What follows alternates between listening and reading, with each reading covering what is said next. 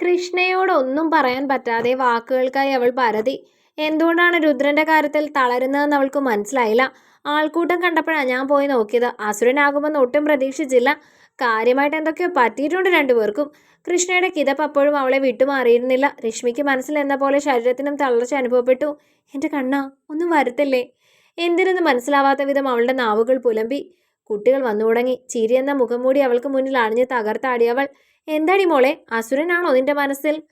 നീ പേടിക്കണ്ട, കാലന്റെ ജന്മമായയാൾക്ക് ഒന്നും പറ്റില്ല. രശ്മിയെ സമാധാനിപ്പിക്കാനാണ് പറഞ്ഞതെങ്കിലും കൃഷ്ണ പറഞ്ഞത് കേട്ട് അവളെ ദേഷ്യത്തോടെ നോക്കി.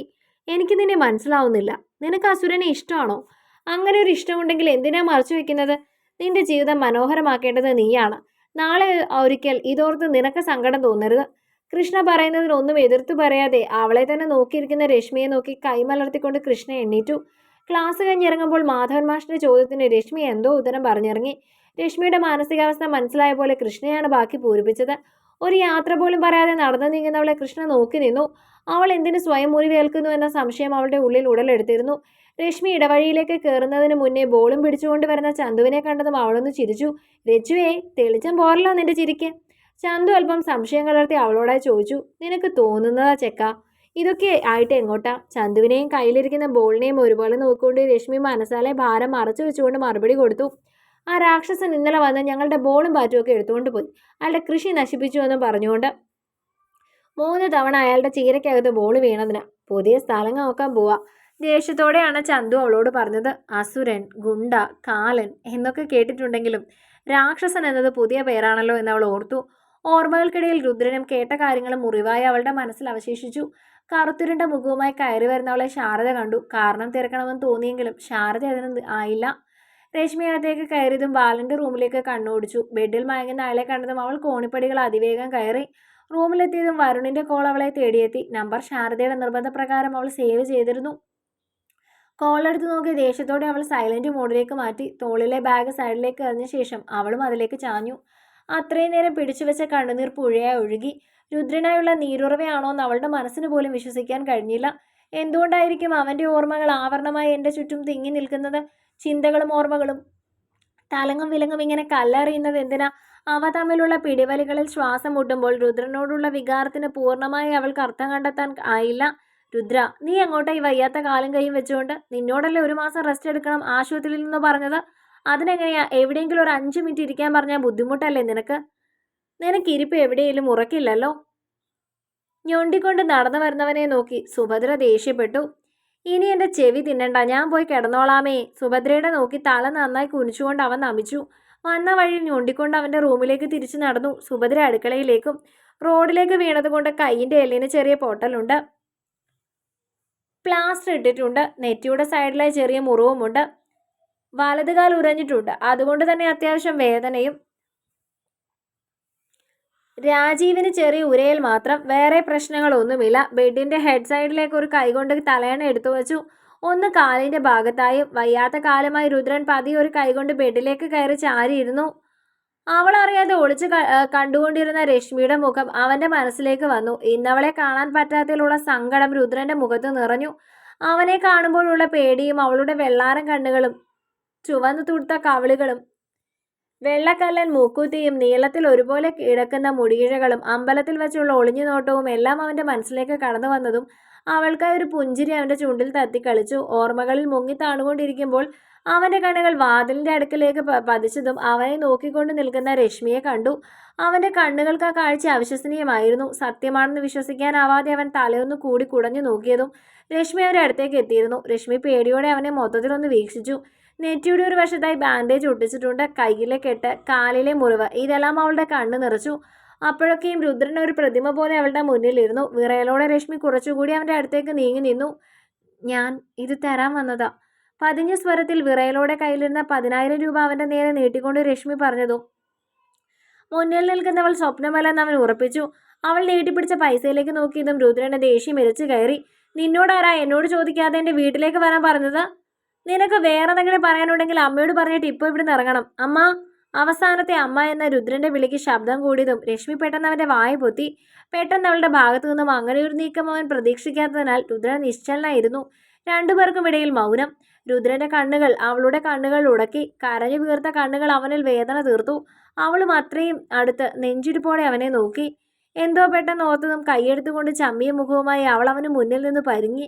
അവളുടെ മുഖത്തെ ഓരോ ഭാവവും അവന് പുതുമയേറിയതും. ദേവേട്ട, ഇതൊന്ന് തരാനും എനിക്കൊന്ന് സംസാരിക്കാനും കൂടിയാ ഞാൻ വന്നത്. സുഭദ്രാമ്മയെ വിളിക്കല്ലേ. വിറയ്ക്കുന്ന ആദരങ്ങളാൽ നെഞ്ചിരിപ്പോടെ അവളത് പൂർത്തിയാക്കുമ്പോൾ ദേവേട്ട എന്ന വിളിയിൽ അവൻ തറഞ്ഞിരുന്നു. രാജീവിന്റെ കയ്യിൽ നാരങ്ങ മിഠായി ആണെന്നും സുഭദ്ര ഉറപ്പിച്ചു. അതും ഒളിപ്പിച്ചുകൊണ്ടുള്ള രാജീവിന്റെ നടത്തം സുഭദ്രയിൽ സന്തോഷം തീർത്തു.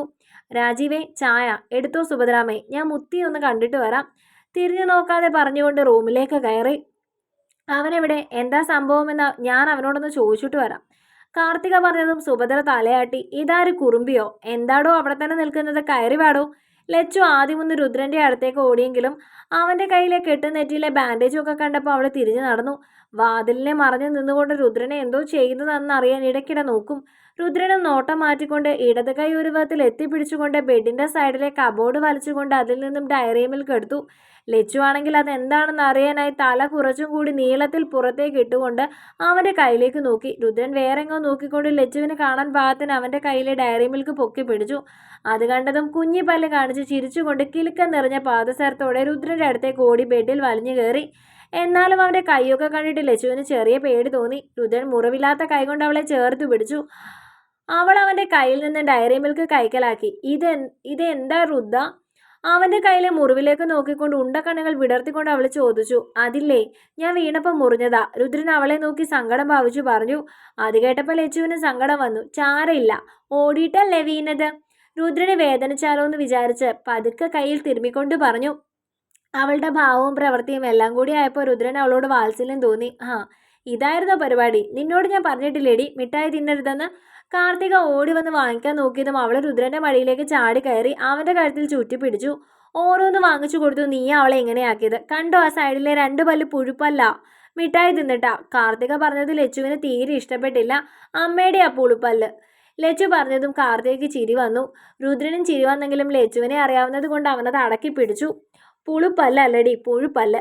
കാർത്തിക ചിരിച്ചുകൊണ്ട് പറഞ്ഞതും രാജീവ് റൂമിലേക്ക് കയറിയതും ഒരുമിച്ചാണ്. ഉടനെ ലച്ചു രുദ്രന്റെ മടിയിൽ നിന്നിറങ്ങി രാജീവിന്റെ അടുത്തേക്ക് ഓടി. കാർത്തിക പറഞ്ഞ പോലെ അതുപോലെ അവതരിപ്പിച്ചു. നമുക്ക് ചോദിക്കാട്ടോ. രാജീവിന്റെ വായിൽ നിന്നത് കേട്ടപ്പോൾ ലച്ചുവിന് സന്തോഷമായി. പുഴുപ്പല്ല് കാണിച്ച് തല കുലുക്കിക്കൊണ്ട് അവളൊന്ന് ചിരിച്ചു. രാജീവ് രുദ്രന്റെ അടുത്ത് ബെഡിൽ കിടന്നു. കൂടെ ലച്ചുവും. കാർത്തിക രുദ്രന്റെ അടുത്ത് ചെന്നിരുന്നു. എന്തിനാണ് അവൾ വന്നത്? എന്തെങ്കിലും പ്രശ്നമുണ്ടോ? രുദ്രൻ കണ്ണുരുട്ടിക്കൊണ്ട് കാർത്തികയെ തൂർച്ചു നോക്കി. ഇടയിലൊന്ന് രാജീവിനെ. വിവരം അറിയാനാണോ സുഭദ്രാമ്മ 2 വിളിച്ചു വരുത്തിയത് എന്നാ കേട്ടത്? ഭർത്താവ് ഇങ്ങനെ ഇരിക്കുമ്പോൾ ഭാര്യയ്ക്ക് വരാതിരിക്കാൻ പറ്റില്ലല്ലോ. അവൾ വന്നു, എന്നെ കണ്ടു, വിശേഷം തിരക്കി. ചിലർക്കൊക്കെ വാക്ക് കൊടുത്തേക്കുന്നത് കൊണ്ട് ഞാൻ അവളെ ഇറക്കി വിട്ടു. ഇനി എന്തെങ്കിലും അറിയണോ? ബെഡിൽ തന്നെ ഇരുന്ന് ഏന്തി വലഞ്ഞ് പുറത്തേക്ക് നോക്കിക്കൊണ്ട് പറഞ്ഞു. കാർത്തികയാണ് ചോദ്യം ചോദിച്ചതെങ്കിലും സുഭദ്രയാണ് ചോദ്യത്തിന് പുറകിലെ ആളെന്നവന് കൃത്യമായിട്ട് അറിയാം. അവന്റെ റൂമിന്റെ ഭിത്തിയിൽ ചാരുന്ന സുഭദ്ര മുഖവും വീർപ്പിച്ചുകൊണ്ട് ചായ എടുക്കാനായി അടുക്കളയിലേക്ക് നടന്നു. എടേ ഏടത്തിയമ്മേ, എനിക്ക് അവളോടൊന്ന് സംസാരിക്കണം. നീ എന്തെങ്കിലും ഒരു വഴി പറഞ്ഞു തരണം.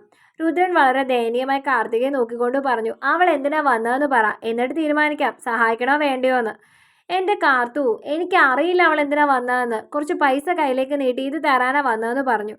ബാക്കി കുറച്ചായിട്ട് തരാമെന്നു. വാങ്ങിക്കാതെ വന്നപ്പോൾ ഇവിടെ വച്ചിട്ട് പോകാൻ നിന്നു. ഞാൻ വഴക്ക് പറഞ്ഞപ്പോൾ അതും എടുത്ത് ഇറങ്ങിപ്പോയി. രശ്മി പറഞ്ഞ കാര്യങ്ങൾ ഒളിപ്പിച്ച ശേഷം മറ്റു കാര്യങ്ങൾ ഒരു വികാരവും ഇല്ലാതെ അവൻ പറഞ്ഞു. നീ ആധാരം കൊടുത്തെന്ന് പറഞ്ഞിട്ട് പിന്നെന്തിനാ അവൾ പൈസ തന്നത്? ഇനി ഇതിൻ്റെ ഇടയ്ക്ക് സുഭദ്രാമ്മ അറിയാതെ നീ അവളുടെ വീടിൻ്റെ ആധാരം മുക്കിയോ?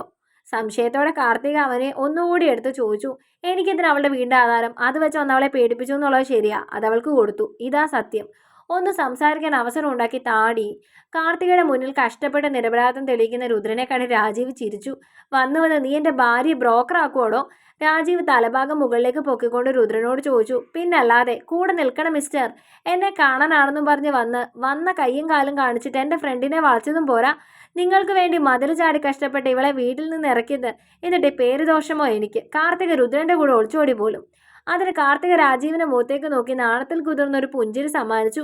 അത് സ്വീകരിച്ചെന്ന പോലെ അവനും. വീണ്ടും പഴയ ഓർമ്മകൾ 1-2 പേരും വിറക്കിയ പോലെ. അന്ന് ഞാൻ കൂടെ നിന്നത് വെറുതെ ആണെന്നാണോ വിചാരിച്ചത്? എനിക്കിങ്ങനെ കുറച്ച് ആവശ്യങ്ങൾ ഉള്ളത് കൊണ്ടാ. സുഭദ്രാമ്മയുടെ വാക്കും കേട്ട് കാലുമാറിയാ വേറെ ഒരു രുദ്രനെ കാണേണ്ടി വരും. രണ്ടാൾക്കുമുള്ള മുന്നറിയിപ്പ് പോലെ രുദ്രൻ അത് പറഞ്ഞതും ഞങ്ങൾ കാണാത്തതും ഞങ്ങളറിയാത്തതുമായ രുദ്രനും ദേവനും ഒന്നും അല്ലല്ലോ, അല്ലേടി? രാജീവ് പറഞ്ഞത് കേട്ട് കാർത്തിക് ഒരു ദീർഘനിശ്വാസത്തോടെ എണ്ണീറ്റു. അപ്പോഴേക്കും ഒരു കയ്യിൽ ഡയറി മിൽക്കും മറുകൈയിൽ രുദ്രനെയും പിടിമുറുക്കി ലച്ചു ഉറക്കത്തിലേക്ക് തെന്നി വീണു. ഓരോ കുട്ടികളുടെയും അടുത്ത് നിന്ന് രശ്മിത കൈകളിലെ ചലനവും കാലുകളുടെ ദിശയും വ്യക്തമായി കൊടുക്കുന്നതിനിടയിലാണ് അവളുടെ ഫോൺ റിങ് ചെയ്യുന്നത്. അവൾ ബാഗിന്റെ അടുത്തെത്തിയതും റിങ് നിന്നു. പിന്നെയും റിങ് കേട്ടതും ബാഗിൽ തപ്പി അവൾ ഫോൺ കയ്യിലെടുത്തു. കാർത്തിക ചേച്ചി കോളിംഗ് എന്ന് കണ്ടതും അവളുടെ ഉള്ളിൽ ഭയം ഉടലെടുത്തു. രുദ്രന്റെ അടുത്ത് പോയതിന്റെ കാരണം തിരക്കാനാണെന്ന് അവൾ ഊഹിച്ചു. തുടരും അടുത്ത ഭാഗങ്ങൾക്ക് വേണ്ടി ചാനൽ സബ്സ്ക്രൈബ് ചെയ്യാൻ മറക്കല്ലേ.